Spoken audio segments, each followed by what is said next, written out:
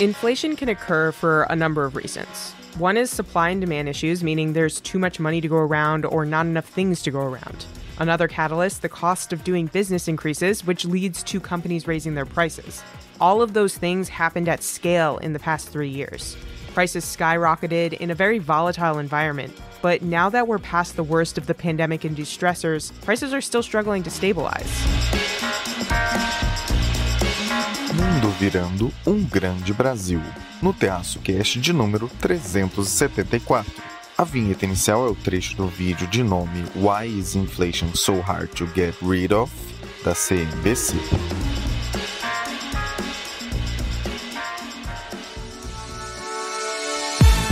Tem uma conexão não só por exemplo, mas porque tem fluxo de capital, né? Então, se os estrangeiros estão vendo que está tudo meio nebuloso e não trazem dinheiro para cá, e tem uma regra no Brasil que é muito simples. Dinheiro do estrangeiro está entrando, a bolsa sobe. Dinheiro está saindo, a bolsa cai. I'm still cautious, but with a little bit more hope than I had before. Soft landing says a triumph of hope over experience, but sometimes hope does triumph over experience. Brasil, mundo, economia, política e o que for relevante para você. Isso é o Terraço Cast.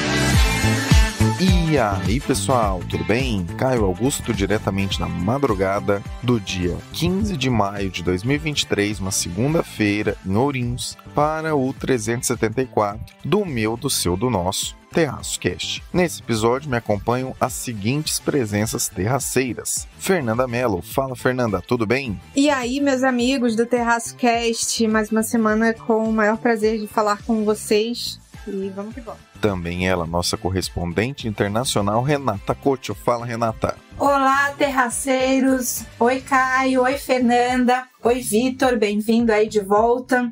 Hoje eu tô gravando aqui no dia 12 de maio, sexta-feira, mais conhecido como meu aniversário. Então olha só como eu gosto de vocês, terraceiros. Tô aqui falando com vocês no dia do meu aniversário. Pra variar, atrasada, né? A Fernanda até comentou a gente tem o nosso grupinho de WhatsApp do podcast do Terraço. E a Fernanda falou assim, a minha meta de vida é conseguir gravar antes do Caio vir cobrar a gente. Realmente, assim, ultimamente eu também ando meio atrasilda. Mas também o Caio aí, ele sacaneia a gente. Dessa semana ele pediu pra eu falar de 2 assuntos, assim, 2 presentes de aniversário, né? O Caio é engraçado porque cada semana ele tem um jeito diferente de me dar fazer um bullying aqui com o nosso boletim internacional. Então essa semana ele pediu pra eu falar de política da nossa querida América Latina. Então ele pediu pra eu comentar sobre as eleições da Constituinte no Chile. E também, assim, pra compensar, eu acho, ele pediu pra eu falar pra vocês do Banana Index, que é um novo índice aí da The Economist que tenta mensurar um pouco o quanto que cada país ou cada atividade econômica influencia no impacto do meio ambiente, né? É uma forma de medir o impacto ambiental das nossas ações, digamos assim. Eu vou comentar esses 2 assuntos com vocês hoje aqui no nosso boletim internacional, tá bom? Então é isso. Espero que vocês estejam bem comemorando. Como eu falei, né? Hoje eu tô gravando na sexta-feira, meu aniversário, mas eu nasci no Dia das Mães, então o dia que eu nasci era um domingo, segundo domingo de maio, que é o Dia das Mães. Olha só, eu sou a primeira filha e nasci no Dia das Mães. Pensa assim, que presentão pra minha mãe. Então eu queria também, espero, né, quando vocês escutarem o podcast já vai ter passado o Dia das Mães, mas eu espero que vocês tenham comemorado aí bastante com a mãe de vocês, ou mesmo quem não tem mãe, ou que a mãe tá distante, que essa ideia de maternidade, de cuidado, de alguém que tá olhando pela gente, ajudando, assim, né, pode ser a figura materna, a mãe mesmo, ou qualquer outra pessoa que tem essa importância aí na vida de vocês. Eu espero que vocês tenham conseguido comemorar aí o domingo. Primeiramente, é claro, nossos parabéns para a nossa nobre correspondente internacional, né, que vocês veem que não se ausenta jamais aqui, né? Se ausentou uma vez por motivo de saúde, mas tá aqui em férias e literalmente ancorando no dia do aniversário. Muito obrigado. Nossos votos de saúde, força e muitas felicidades sempre. Em segundo lugar, parabéns a todas as mamães. Todas mesmo. E ele, que fazia um tempo que não aparecia, mas está de volta. Vitor Cândido. E aí, Vitor, tudo bem? Fala, pessoal, Vitor Cândido aqui. Bom, prazer estar aí com vocês. Sem mais delongas, vamos ao 374. Fernanda, Da pandemia para cá, o mundo passou a viver coisas que nós brasileiros conhecemos bem. Mas é possível imaginar que isso seja bem mais do que passageiro. Por quais motivos daria para imaginar essa situação virando uma nova realidade global?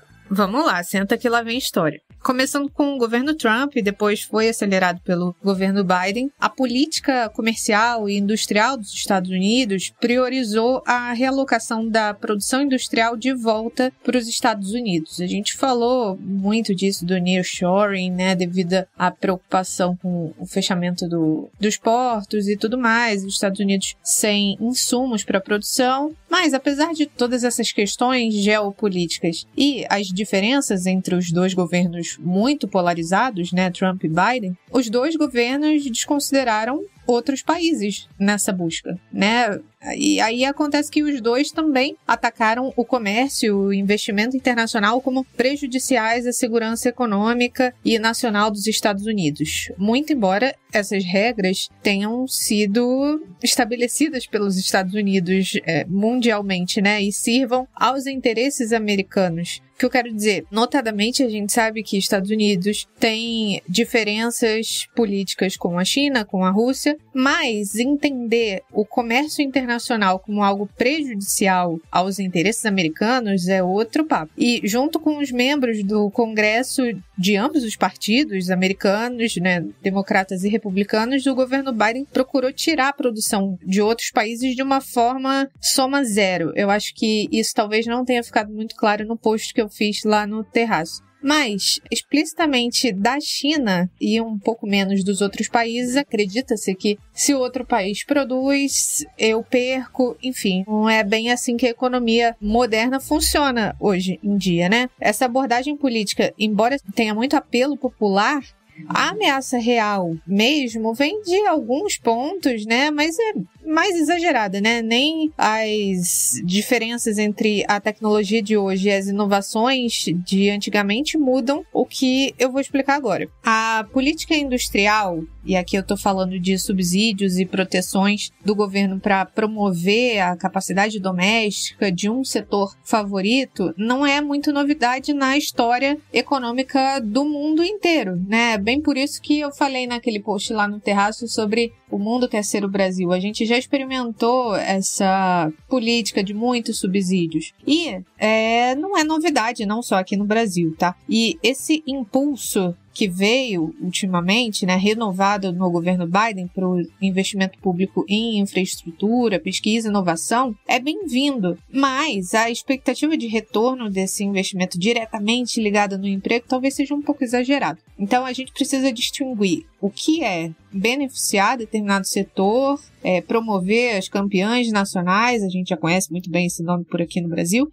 Isso é diferente de incentivar uma infraestrutura capaz de gerar novos negócios. E aí, controles que são mais direcionados à exportação e investimento na China, na Rússia e outros rivais militares em um número limitado de bens de alta tecnologia, tipo os chips que a gente falou tanto aqui no Terraço, também podem ter um custo econômico, né? Mas a proteção e a promoção da indústria nos Estados Unidos contra a concorrência estrangeira não só é desnecessária para o sucesso da política industrial, mas também acaba anulando o propósito dela. E aqui eu vou dizer, sem dúvidas, muitas políticas chinesas, inclusive econômicas, são agressivas. Teve gente lá falando que eu estava defendendo práticas abusivas de trabalho. Gente, não é bem isso. Acontece que eles representam uma ameaça para os vizinhos imediatos da China, né, para a segurança nacional dos Estados Unidos e de forma mais ampla para os direitos humanos e para a soberania democrática. Mas, à medida que a China representa uma ameaça direta à segurança econômica dos Estados Unidos,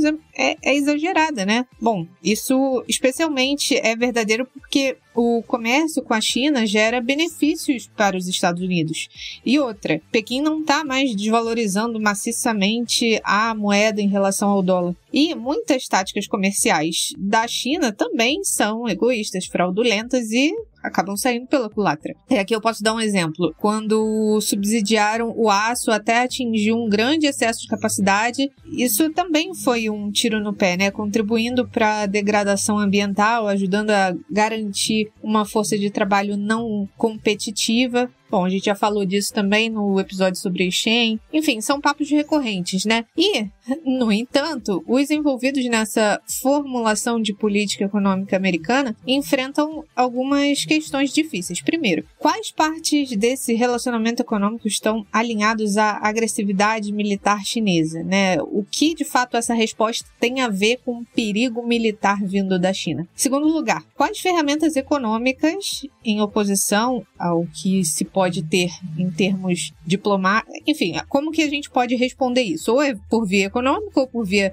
diplomática, ou por via militar. Então, das ferramentas econômicas, quais delas seriam eficazes para impedir as ameaças chinesas à segurança dos Estados Unidos, né? Se isso fosse de fato algo muito real. E aí a gente vai falar também mais adiante sobre a guerra que é real, né? Da Rússia e da Ucrânia e como que isso impactou de fato, né? Mas enfim, aqui, dentro do que a gente pode fazer de ferramentas econômicas, a gente não, os americanos, o que eles podem fazer de fato?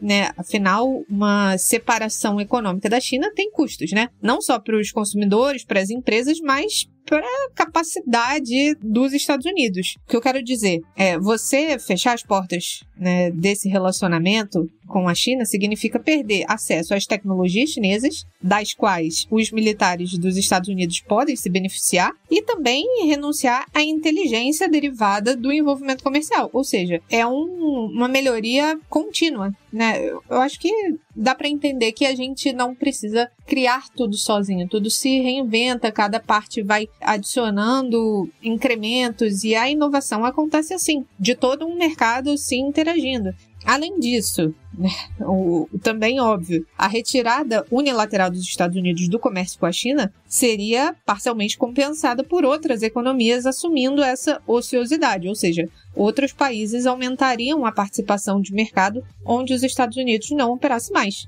No mínimo, aumentaria as oportunidades de arbitragem para outros países e para as empresas sediadas em outros lugares para negociar e investir onde os Estados Unidos deixassem. O que não vai resolver as ameaças militares, enfim, o perigo à segurança americana, né? São tentativas dos Estados Unidos de impor restrições arbitrárias de exportação e de investimento na China que se estendesse a outros países também. Para essas restrições serem bem-sucedidas, os Estados Unidos teriam que se tornar um estado de policial comercial numa escala sem precedentes, porque os Estados Unidos também teriam que monitorar e impedir que as suas próprias empresas sediadas em outros lugares transferissem as suas atividades para o exterior. Então, seria um policiamento muito grande para os Estados Unidos, que tem inúmeras empresas multinacionais. Outro ponto, a política industrial dos Estados Unidos deveria encorajar a ampla adoção de tecnologia. E aí a gente precisa fazer uma distinção aqui. É muito diferente você produzir uma tecnologia e adotar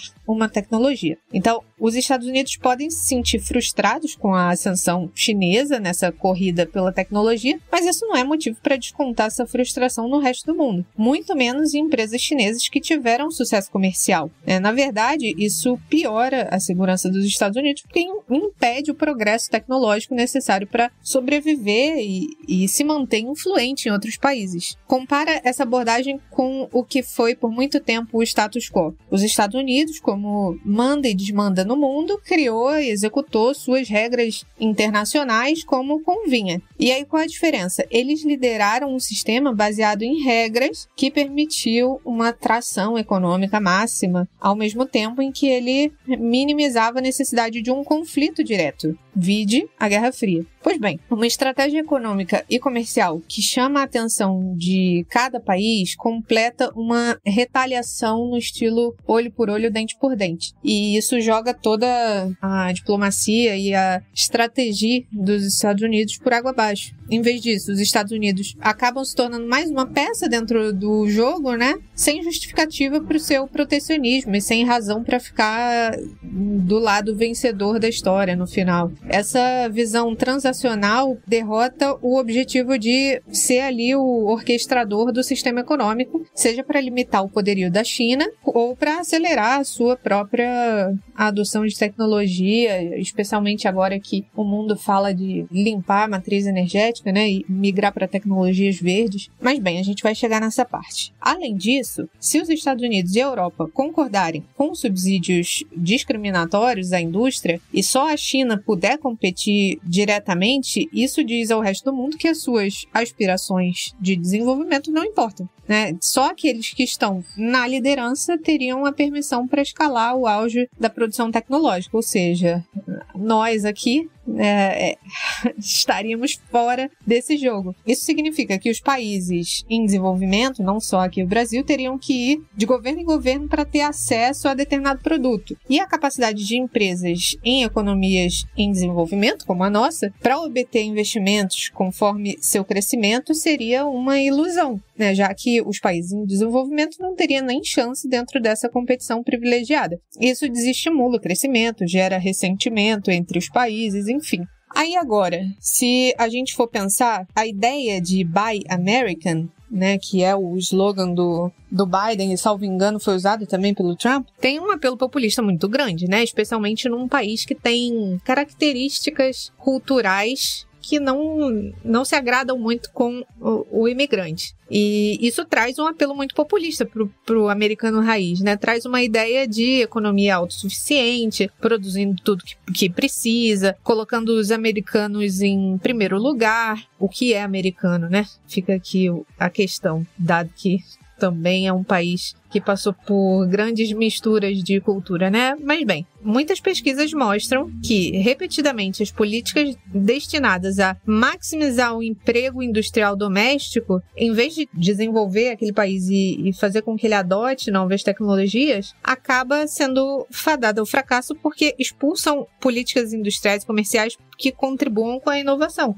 Se a gente pensa num país como uma pessoa, é uma pessoa que se acha autossuficiente. Então, um país que se acha autossuficiente acredita que não pode crescer com a colaboração do resto do mundo, né? E aí, problemas recentes de abastecimento contribuíram para as propostas do governo Biden, Trump, de investir na produção local, né, como foi o caso dos chips, mas, por mais assustador que seja essa escassez dos chips semicondutores, é realmente a exceção que confirma a regra. Na realidade, as economias de mercado se adaptam muito rapidamente à escassez, os fornecedores dominantes quase nunca boicotam os seus clientes, né? Eles não deixam os clientes na mão, então o ser humano tem grande capacidade de adaptação. E também é verdade que as deficiências na oferta, elas são muito mais bem tratadas por meio do comércio e, no caso de algumas tecnologias, pelo acúmulo de reservas, como foi o que a gente falou naquele episódio que, salvo engano, se chama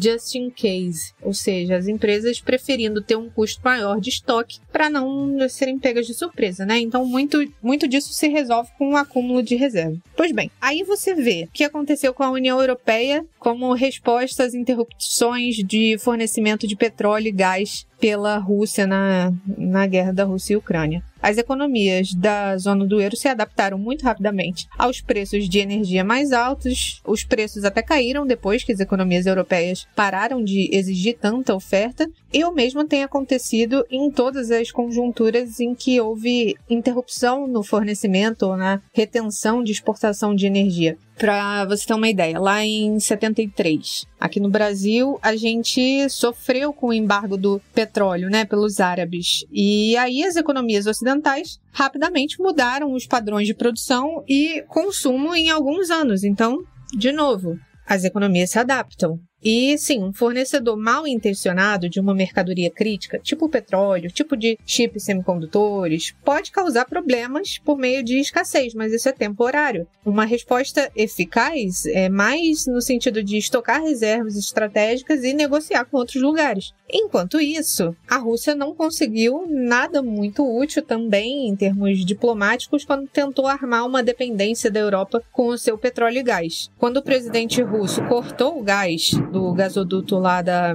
Nord Stream, eu acho, lá em 2022, ele induziu o quê? A Alemanha e outras economias a reduzir a dependência com a Rússia. Ao mesmo tempo, ele fortaleceu o apoio da Europa à Ucrânia. Então, assim, foi um tiro pela culatra, né? De novo. E essa posição de fornecedor dominante também não impediu que a União Europeia não encorajasse a Ucrânia a mudar o rumo nesses últimos anos. E apesar das ameaças do Putin de cortar o fornecimento global, a Rússia até hoje continua mantendo, né? Continua exportando petróleo e gás para diversos compradores. Em outras palavras, numa situação de guerra de verdade, né, como a gente viu, né, Rússia e Ucrânia, com um fornecedor realmente fazendo ameaças claras e óbvias, a Europa não foi muito influenciada. Isso mostra que a resiliência das economias de mercado é muito maior e a capacidade dos fornecedores de fazer embargo é cada vez menor do que a gente pode imaginar, né, do que sugere esse alarmismo que foi usado para justificar a política industrial extrema nos Estados Unidos. Então, investir em capacidade produtiva atrelada a empregos em localidades específicas é um equívoco, acaba sendo um discurso político, né, e muito menos embasado em história econômica. Quando os Estados Unidos impõem requisitos do Buy American em compras governamentais ou regras de origem, né, muito restritivas, os requisitos de conteúdo dessas importações acabam tendo alguns efeitos. Primeiro, ele simplesmente aumenta os custos de qualquer compra feita pelo governo, né? Porque não necessariamente o que é americano tem um custo mais barato. Então, reduz também a quantidade de dinheiro que os contribuintes recebem desses investimentos, ou seja, o retorno dos impostos é menor para os contribuintes. Segundo, eles custam as vendas dos Estados Unidos em mercados estrangeiros. E em terceiro, eles acabam com a competitividade dos produtos americanos, tornando as exportações muito caras. Como tem se tornado aparentemente um assunto muito frequente, ultimamente, esse ponto da política de subsídios, eu acho importante a gente falar qual que é o argumento a favor, né, desses subsídios verdes. Seria que todas as economias precisam fazer um progresso muito rápido na transição energética, né, para migrar para uma matriz energética mais limpa, de modo que mais investimento, por mais que seja alcançado, é melhor, né, que a descarbonização é uma meta importante, mas a história mostra que, em vez de convergir para melhores práticas, ou exercer uma pressão competitiva útil dentro das indústrias domésticas, a corrida nos subsídios leva a uma perpetuação da corrupção, sufoca a inovação, e aqui a gente tem alguns exemplos. Um clássico que eu pensei sobre tudo isso foi agora voltando num Airbus, né?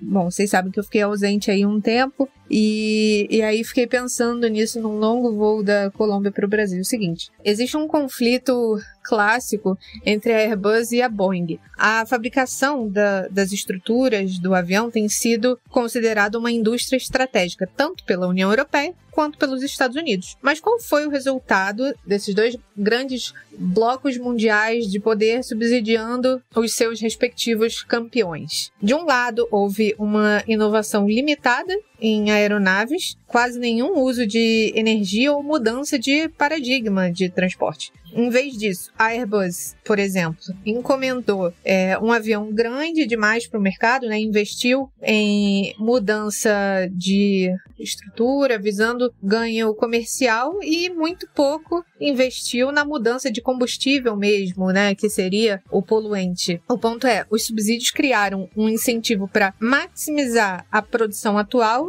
e não para inovar de forma disruptiva, que é o que se espera quando você ajuda, né, um determinado setor. De uma maneira mais geral, com a Airbus e a Boeing, né, que são consideradas estratégicas demais, né, que com a ajuda dos governos tão too big to fail quanto os bancos, o que aconteceu, e aconteceu também com os bancos, né? Eles colocam o sistema subjacente, né? O sistema que depende de tudo isso e muito dos seus clientes em risco, né? Ou em grande dependência e não de forma mais assertiva. Por quê? O que pode acontecer também, se a gente replicar esse exemplo aí das empresas que produzem aeronaves e dos bancos, enfim. Os fabricantes de chips semicondutores ou outros subsidiados também seriam grandes demais para falhar. E aí eles responderiam de uma forma diferente que esses setores responderam. São indústrias com muitos custos iniciais de investimento. Imagina, produzir chips. Não é qualquer um, né, que abre uma indústria disso. Então, isso permite com que essas empresas joguem com a dependência do governo de ser um setor estratégico para impedir a entrada de novos concorrentes. E aí,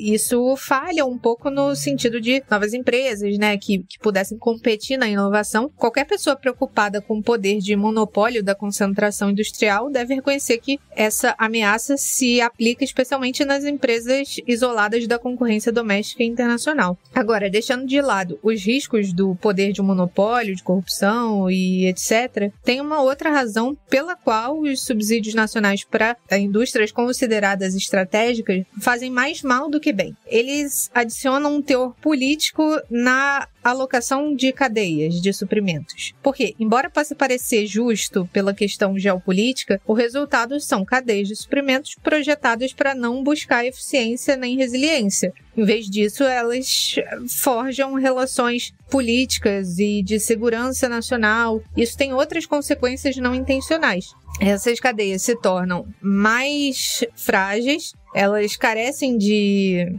mudanças e estão sempre com uma dependência política. Além disso, as disputas comerciais aumentam, retardando o conhecimento e bloqueando outras formas mais úteis de cooperação entre as nações. Se você se fecha insistindo na produção local de tecnologia nativa, as consequências são muito mais vastas. Outro exemplo convincente dos danos causados pelos países que preferem adotar subsídios em áreas estratégicas, a gente tem o exemplo dos alimentos. Assim como o Airbus e a Boeing, os resultados estão longe de serem ideais. Onde houve inovação na agricultura, as barreiras nacionais impediram a adoção. Os transgênicos foram barrados na União Europeia. Aí pronto, né? Agora o Fernando pirou na batatinha transgênica. Mas calma, não é isso. Não tô falando que os transgênicos são mais saudáveis. Realmente, parte dessa preocupação é genuína, mas muito disso são interesses agrícolas europeus que usam esses temores como uma desculpa para bloquear a concorrência dos Estados Unidos, do Brasil, de outros produtores não europeus, né? A gente não pode ser inocente nesse ponto. No mínimo, os danos da dinâmica de subsídio num duelo seria particularmente muito ruim para acelerar a transição para uma energia verde, por exemplo, né? Eu falei disso lá no início, mas para fazer com que novas tecnologias de energia substituam as antigas, elas precisam ser adotadas em larga escala. Afinal, só existe um planeta Terra, né? Não existe um planeta para cada nação. Então, independente se um país adota, o outro precisa adotar também uma responsabilidade com a mudança e uma matriz energética limpa. Então, se as diferenças no desempenho energético entre as tecnologias são importantes para o resultado enquanto planeta Terra na adaptação às mudanças energéticas, quando um determinado padrão tecnológico é definido, ele precisa ser amplamente utilizado para ter impacto de fato na eficiência energética.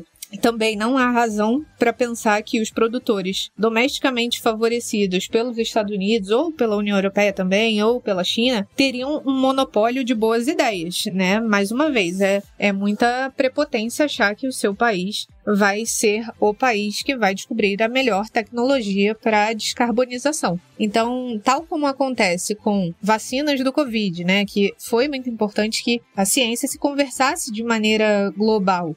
A concorrência global e a inovação são necessários para o mundo todo. Em um duelo de subsídios, todos os motivos para pensar que as empresas campeãs nacionais seriam as melhores, né? Mas, de novo, isso é muita prepotência e acaba fechando muito a conversa ali dentro do próprio países. A dinâmica política de outros países, incluindo grandes emissores de carbono como Brasil, Índia, Indonésia, o México, são forçados a escolher entre uma tecnologia europeia ou americana. Imagina, não pela melhor, mas pelo acordo comercial. Talvez essas maiores economias emergentes consigam desencadear uma guerra de licitações entre os produtores, né? Isso definitivamente não soa muito bom. A melhor coisa que os Estados Unidos poderia fazer para promover as suas metas de segurança nacional e de mudança climática é apoiar uma ampla adoção de tecnologia, né? Para reduzir as vulnerabilidades, as condições de abastecimento, as incursões da inteligência chinesa e a dependência de energia baseada no carbono. A melhor maneira de fazer isso é por meio de amplo investimento em pesquisa, em infraestrutura, mas também incentivando a concorrência global. Afinal, aumentar o investimento em pesquisa e desenvolvimento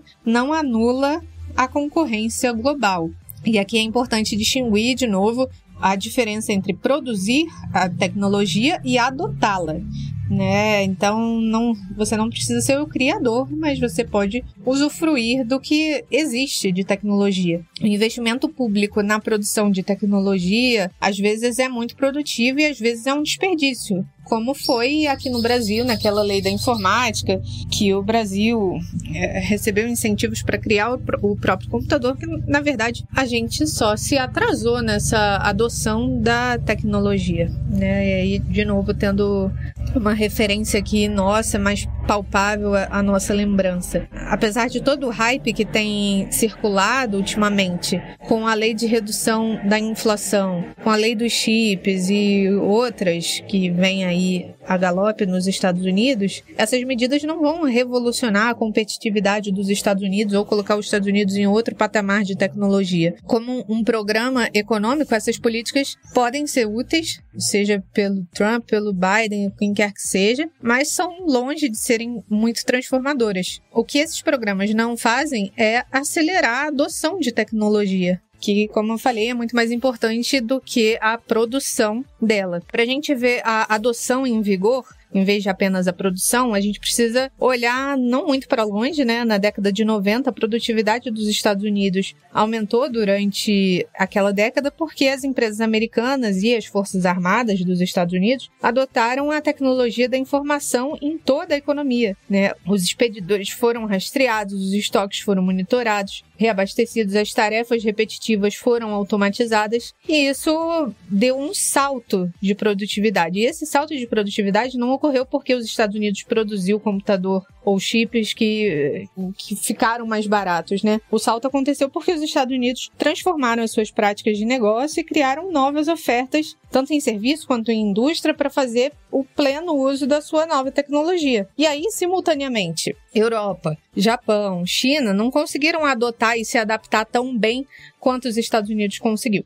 Então, essas nações ficaram para trás. E, notavelmente, eles ficaram para trás apesar das suas próprias políticas protecionistas, em nome de produtores locais e, enfim. O fato central é, o crescimento vem da adoção em uma economia, ou seja, uma adoção de tecnologia bem feita, e não a produção de produtos específicos. Aí agora você vai me perguntar, Fernanda, como isso vai ficar com a guerra geopolítica? Essa eu deixo com vocês e aí a gente se fala na próxima. Fernanda apresentou bastante amplamente a situação do mundo virando um enorme Brasil, de modo que talvez até tenha me complicado aqui para adicionar informações. Em todo caso, vale apenas complementar uma informação importante. Se de um lado temos no movimento de reshoring e nearshoring, que você que nos ouve frequentemente já sabe o que é, mas caso você não tenha entendido, vale maratonar alguns episódios para entender melhor o que isso significa.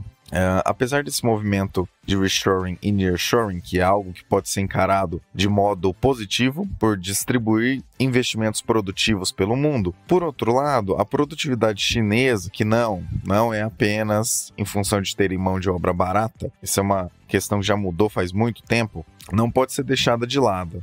Essa produtividade é só injetar uma enorme quantidade de dinheiro que necessariamente os avanços acontecerão, principalmente os tecnológicos, é uma ideia muito frágil e, para falar bem a verdade, pouco factível. Tudo isso fica ainda mais explícito quando se falam em grandes ideais que iriam mover um enorme esforço financeiro de uma maneira racional. Hoje em dia, costumam chamar isso de limpar a matriz energética, mas pode, por exemplo, significar subsidiar alguma indústria amiga do governo que sempre saiu beneficiada. Um país bastante acostumado a confundir as coisas e enterrar bastante dinheiro em iniciativas do tipo é justamente o Brasil. Os ganhos de escala com a especialização alcançados entre o começo dos anos 90 e o pré-pandemia estão em jogo agora. Será que o mundo entenderá isso antes de tentar colocar em prática que cada país, ou no máximo cada região, deveria funcionar como um planeta, isoladamente, como se isso fosse possível? O mundo vai sair consistentemente mais caro e menos estável de tudo isso. Resta saber qual será o próximo caminho de estabilidade geopolítica que possa minimamente servir como equilíbrio do amanhã.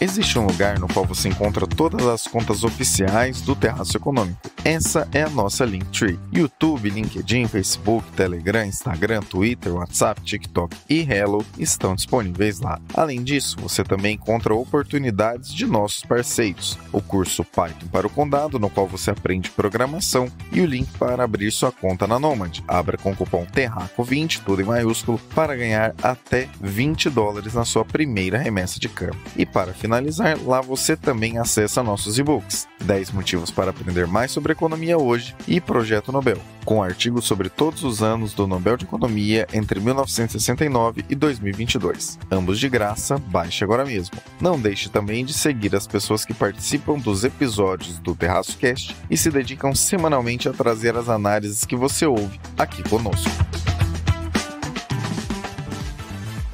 Renata, traga para nós o Boletim Internacional. O que aconteceu, né? Vocês devem ter acompanhado, a gente comentou algumas coisas assim já de Chile aqui no nosso Boletim Internacional. A gente teve, né, na época, alguns anos atrás, tinha um presidente que era mais de direita, o Piñera. Teve uma série de protestos no Chile, né? Da mesma forma que teve ali no Brasil em 2013, depois em 2016 pelo impeachment da Dilma. Um pouco depois no Chile teve uma onda de protestos contra o Piñera, que era um presidente, digamos assim, mais de centro-direita, ou mais de direita, e essa onda de protestos acabou levando com que o Chile fosse mais para a esquerda. Então foi aprovado que o Chile teria uma nova Constituição, até porque a Constituição chilena já tinha sido emendada diversas vezes, da mesma forma que a Constituição brasileira, mas a original, digamos assim, ainda era da época da ditadura do Pinochet. Então existia toda essa demanda da sociedade chilena por uma nova Constituição, uma Constituição democrática. Foi feita uma Constituinte que visava ali representar de maneira mais equalitária, digamos assim, a sociedade chilena. Então tinha, né, uma representatividade de mulheres, de indígenas, de negros, mais compatível com a sociedade, né? Não foi assim, tinha cotas para se eleger essa constituinte, e essa constituinte elaborou uma constituição, e a ideia é que essa constituição passaria aí por um plebiscito popular. Então assim que a constituição foi preparada, ela passaria por um plebiscito popular. Nesse meio tempo trocou o presidente, foi eleito o Boric,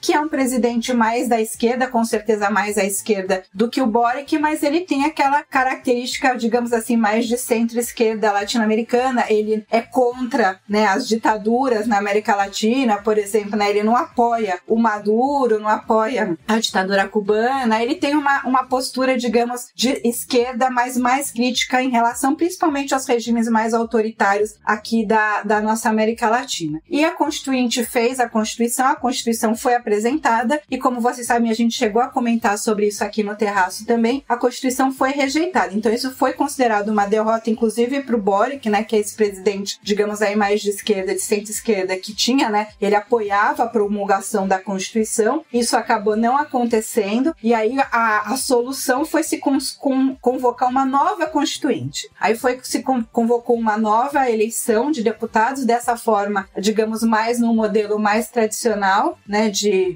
eleições, e acabou que o resultado dessa eleição que saiu agora no último final de semana foi que a Assembleia Constituinte chilena agora foi mais para a direita. Então vamos ver, né, isso mais uma derrota aí para um Boric e mais uma tendência, digamos assim, da América Latina como todo tendo para o pêndulo um pouco mais para a direita, né? A América Latina é interessante ou não, né, digamos, dependendo do que a gente, né, do que a gente cada um considera interessante, mas parece que o continente ultimamente tem funcionado meio como um pêndulo, né? Vai todo para a direita ou vai todo para a esquerda, né? Então a gente viu, né, uma onda bastante forte para a esquerda recentemente, inclusive com a eleição, né, do Lula, com a eleição, né, do presidente da Argentina, né, do Alberto Fernandes, que é ligado a Cristina Kirchner, que é a vice, enfim, um regime mais de esquerda. E agora a gente tem visto, né, isso aconteceu em vários países também, e agora a gente tem visto, né, começou, digamos assim, ou tem começado com o Paraguai, que também, né, existia a possibilidade ali do Paraguai de uma expectativa de uma mudança de regime mais à esquerda, mas no Paraguai ganhou o candidato aí da direita, e no Chile também a constituinte que foi eleita para reescrever essa nova Constituição chilena também foi considerada um pouco mais à direita. Então vamos pensar assim que o pêndulo da América Latina aqui esteve bem à direita, digamos assim, né, na época com Bolsonaro, Piñera e tal, foi para a esquerda com Lula, Boric, Alberto Fernandes e tal, e agora está indo um pouco para a direita com o presidente do Paraguai, que eu, desculpa, me esqueci o nome agora, e com essa nova Constituição chilena. Então vamos ver aí quais serão os nossos próximos passos, o que vai acontecer aí nas próximas eleições aqui no nosso continente.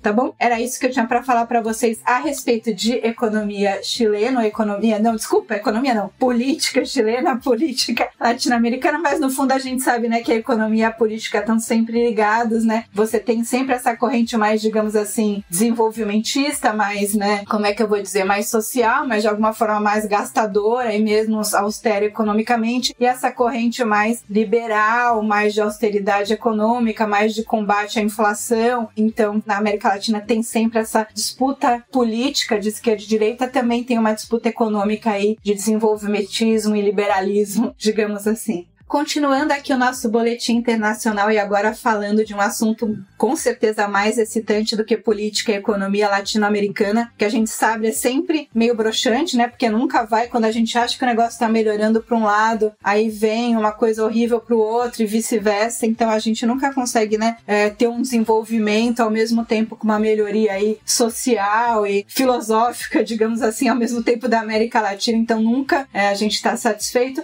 Então vamos mudar de assunto e vamos falar do Banana Index, que é outro tema que o Caio pediu para eu comentar aqui com vocês, que foi um artigo que eu achei muito interessante da The Economist, e eu vou tentar explicar para vocês. Eu acho que é um pouco confuso de explicar isso, porque é mais fácil explicar, digamos, desenhando do que falando num podcast, mas eu vou tentar explicar para vocês o que significa esse Banana Index. Primeiro que eles tentaram mensurar tudo que a gente consome em termos de comida, então todos os alimentos, né, da pecuária, alimentos processados, alimentos, né, da agricultura, da pecuária e tal, quais seriam os alimentos que teriam mais impactos no meio ambiente. A gente sabe, por exemplo, né, e o artigo da The Economist começa explicando isso, que você consumir, por exemplo, tofu é muito menos danoso ao meio ambiente do que você consumir carne de vaca, por exemplo, mas quanto menos danoso. Então, esse artigo, né, esse estudo da The Economist, esse artigo tenta mensurar isso. Então, eles elegeram a banana como se fosse a unidade de medida. Então, a banana, eles comparam a banana com todos os outros alimentos, tanto em termos de peso, então 1 quilo de banana com 1 quilo de carne, quanto que emite mais gás carbônico. Eles compararam caloria, então 1 caloria de carne e 1 caloria de banana. É claro que se a gente pensar assim que a carne, ela é mais calórica do que a banana, se a gente estiver comparando banana com carne em termos de peso, em termos de caloria, a carne deve ter uma vantagem com relação à banana em caloria em relação a peso, mas quanto? E aí eles também compararam, então, peso, compararam caloria, que é importante, né? A gente precisa de fontes calóricas, energia para sobreviver, e eles também compararam proteína, que é assim, né? As proteínas são, né? Se a gente tiver que montar um ser humano, né? As pecinhas de Lego para a gente criar o nosso corpo são as proteínas. Então a gente precisa de energia para fazer as nossas atividades, mas a gente precisa de proteína para construir o nosso corpo. Então digamos que as proteínas seriam hierarquicamente mais importante, então eles também compararam isso. O quanto de emissão por índice, por unidade de proteína, a gente compara a carne, por exemplo, de vaca com a banana, e é claro que a carne de vaca tem bem mais proteínas do que a banana, ainda mais proteínas do que calorias, então você teria uma vantagem aí da carne com relação à banana em termos de proteína. Mas mesmo assim, mesmo a gente considerando tudo isso que eu falei para vocês, a carne perde de lavada da banana nos 3 quesitos, no quesito peso, no quesito caloria e mesmo no quesito proteína. Então, se a gente comparar, por exemplo, a carne de vaca com a banana, para cada emissão de gás carbônico, 1 kg de carne a gente faz 109 quilos de banana, 1 caloria de carne a gente faz 54 calorias de banana e 1 proteína de carne a gente faz 7 proteínas de banana. Então, mesmo que a gente estiver pensando em termos de proteína, então emissão de gás carbônico por unidade de proteína, mesmo considerando que a carne de vaca tem muito mais proteína do que a banana, mesmo assim a gente precisa, assim, a carne de vaca é 7 vezes menos eficiente em termos de proteína do que a banana. Então, realmente, se a gente pensar assim, em termos de emissão de gás carbônico e o que está dando para a gente em termos de necessidade, de peso, de caloria, de proteína, a carne de vaca é o pior para o meio ambiente, né? E é isso que esse índice quer mostrar. Mas isso não é válido para todas as carnes. Então, se a gente pensar a carne de frango, por exemplo, ela já está numa situação melhor. Então, comparando a banana com a carne de frango, em termos de peso, a banana é só 11 vezes melhor. Então, assim, 1 kg de carne de frango, você precisaria de 11 kg de banana. Caloria são 4 de banana para 1 de carne de frango, e a carne de frango na proteína já ganha da banana. Então, se a gente precisa de proteína, você não vai conseguir toda a sua proteína da banana. Se você comer carne de frango, por exemplo, em termos de proteína, você está preservando o meio ambiente com a carne, nem isso. Se a gente pensar nesses novas carnes veganas, né, que são carnes que são, né, feitas de vegetais, que tentam substituir a carne, então carne de soja, essas, né, Impossible Burger, então essas carnes que são baseadas em vegetais, elas são bem melhores, elas ganham da banana, então elas são bem melhores mesmo do que a carne de frango. Se a gente pensar assim, quais então seriam, né? Eu quero ser super meio ambiente e tal, quais seriam os melhores alimentos? Os melhores alimentos em termos de peso, de caloria e de proteína são as nozes. E se a gente pensar de uma maneira geral, toda a dieta mediterrânea, que é baseada, né, em bastante fruta, bastante legumes, bastante castanhas, óleo de oliva, então azeite também tem uma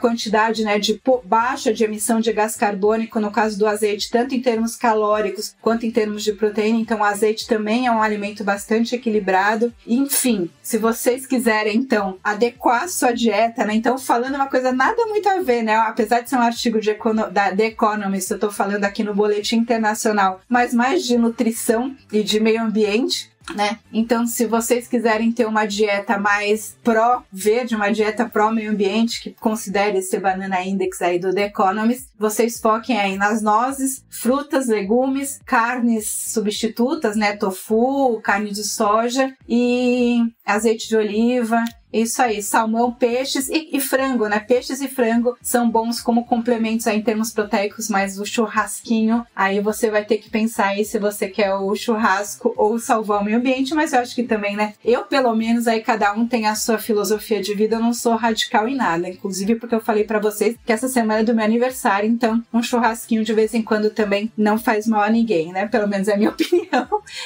Sobre a política chilena, cabe apontar que já havíamos falado sobre os riscos da ideia de ter uma constituição diferente, de tentar, né, uma constituição diferente e acabar rumando para algo muito parecido com o que já se tinha no episódio de número 210 desse podcast. Constituinte não é brincadeira e nem joguete de regras. Quem abre essa porta tem de estar preparado para resultados totalmente diferentes do que se espera inicialmente, ou então que mantenha essa porta fechada. E a respeito do Banana Index, temos então mais um acompanhamento criterioso da The Economist que, tal qual o índice Big Mac, coloca questões econômicas na mesa que parecem não ser tão triviais. No índice Big Mac teríamos ali um jeito de comparar a paridade de poder de compra entre países. O quanto uma moeda de um país teria de poder de compra em outro, algo mais ou menos nessa direção, um pouco mais complexo do que isso. Aqui, no Banana Index, a ideia leva em consideração os aspectos ambientais do que a gente consome em nosso dia a dia. E para que não fique um discurso vazio de quem come carne acaba com o planeta ou alguma coisa do tipo, esse estudo coloca em comparação outros alimentos mais eficientes, não apenas na emissão de CO2, como também pelo lado da entrega de proteína que esses alimentos fazem ao nosso corpo. Sugiro que vocês procurem pelo Banana Index para ficarem por dentro disso, porque no mínimo abre um pouco a cabeça para quão positivo pode ser para cada indivíduo e para o mundo como um todo a adoção na dieta alimentar de itens mais eficientes em termos proteicos e ambientais.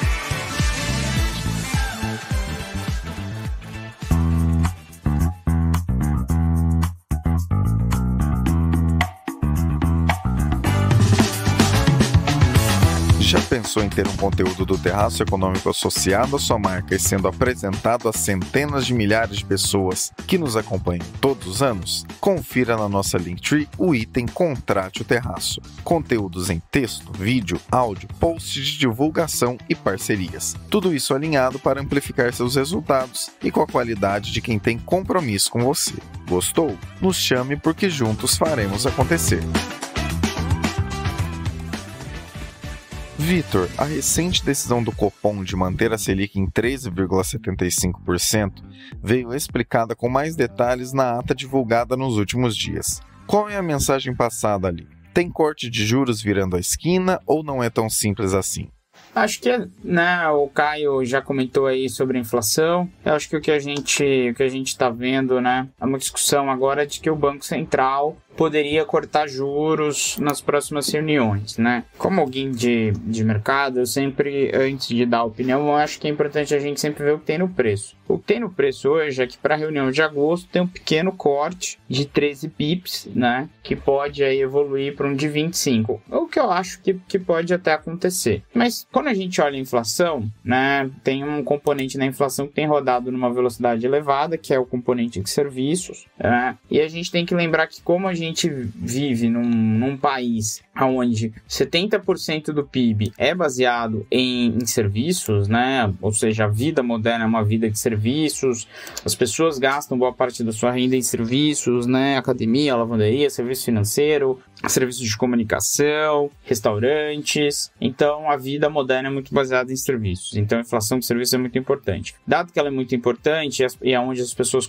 gastam boa parte de sua renda, ela tem muito a ver com a renda disponível na economia. O que está acontecendo no Brasil hoje é que a gente está numa configuração no qual a renda não está caindo, Nós não estamos vendo a renda despencar. Inclusive, a massa salarial real do Brasil deve crescer, A gente tem tido aí cada vez mais pressão. Teve o aumento do Bolsa Família, do Auxílio Brasil, que virou Bolsa Família de R$600. A gente tem o aumento do salário mínimo, o aumento real. A gente tem uma economia que está performando relativamente bem, então as pessoas, o mercado de trabalho está muito forte no começo do ano, então é mais renda disponível. Então, somando tudo isso, está difícil para a inflação de serviços cair. Inclusive, ela não está caindo, Ela está voltando a querer subir um pouquinho na margem, ela não está desacelerando rapidamente. Isso coloca um grande desafio para o Banco Central cortar juros no curto prazo. Tudo bem que a gente está no momento onde as principais commodities agrícolas estão caindo, agrícolas e energéticas, em 12 meses o petróleo cai 20%, e aí no mesmo tempo que o petróleo cai 20% em 12 meses, o real valoriza 4%, Então o efeito em reais disso é 25%.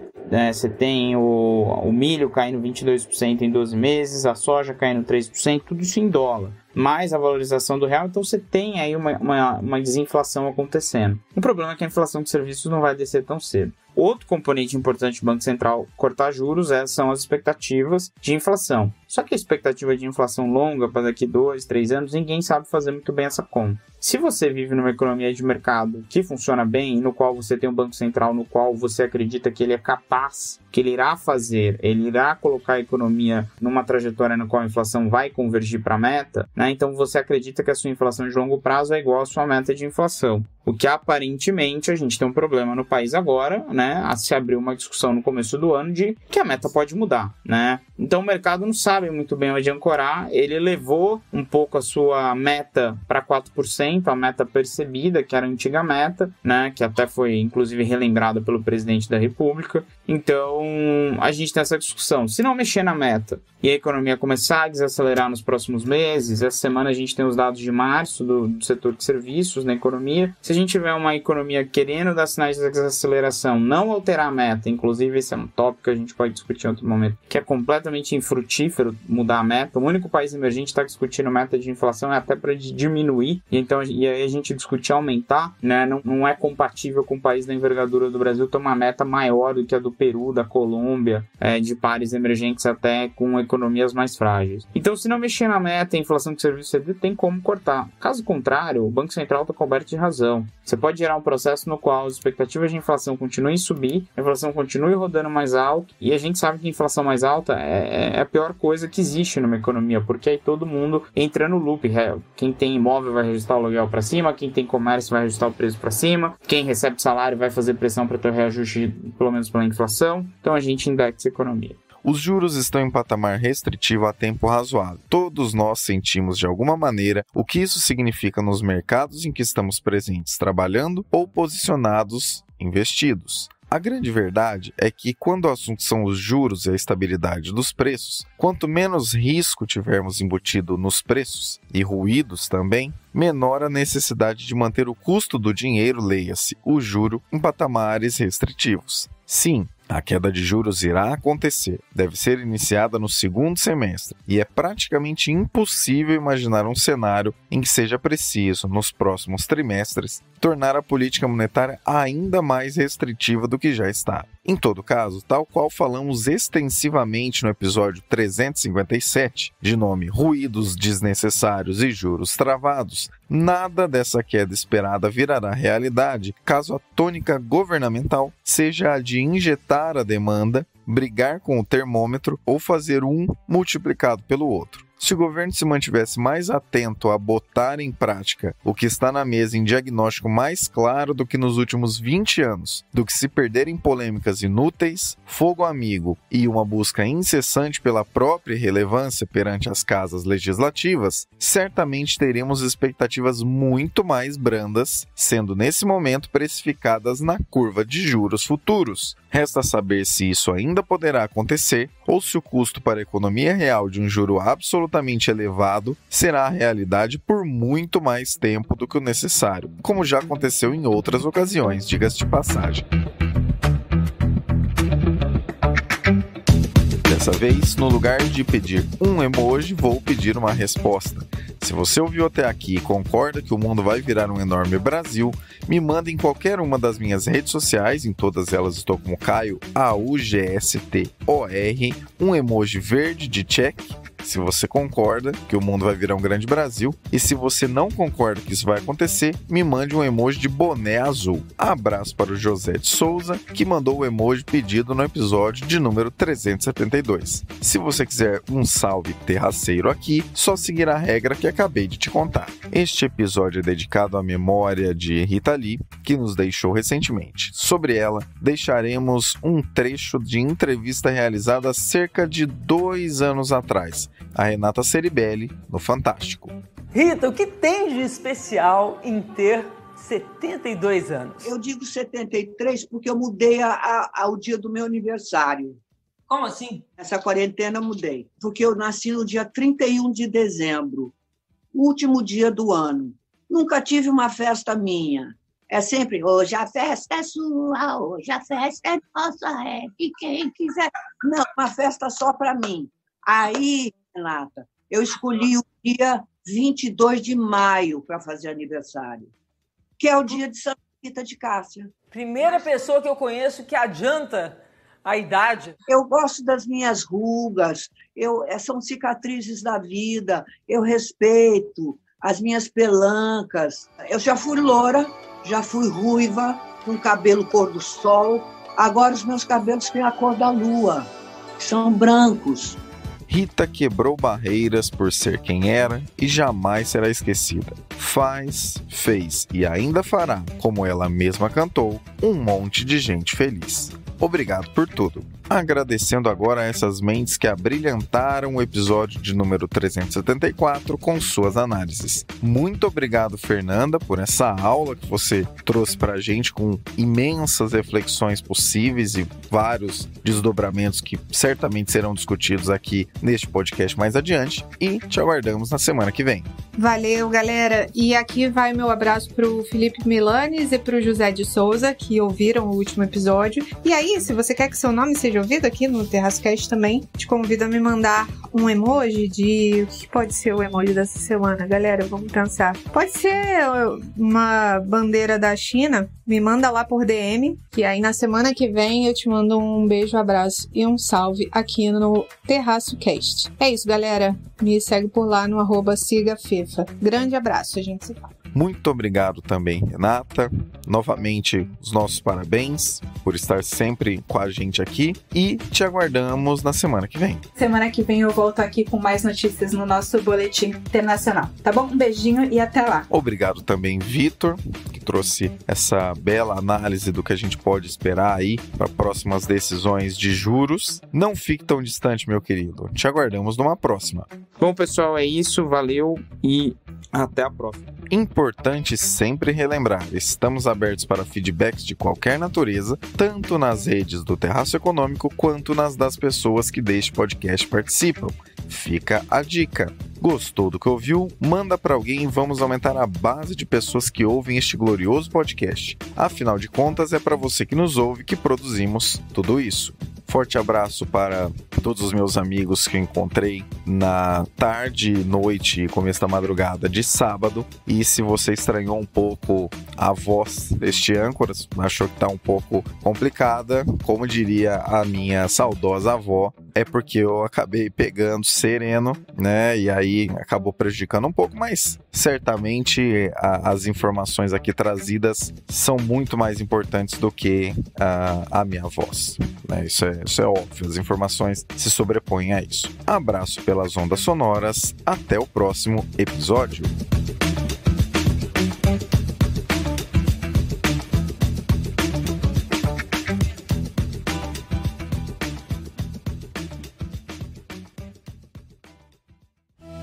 Este episódio foi editado por Atelas, soluções em áudio para podcasts. Encontre a Atelas nas redes sociais. É só buscar por @AtelasEdição.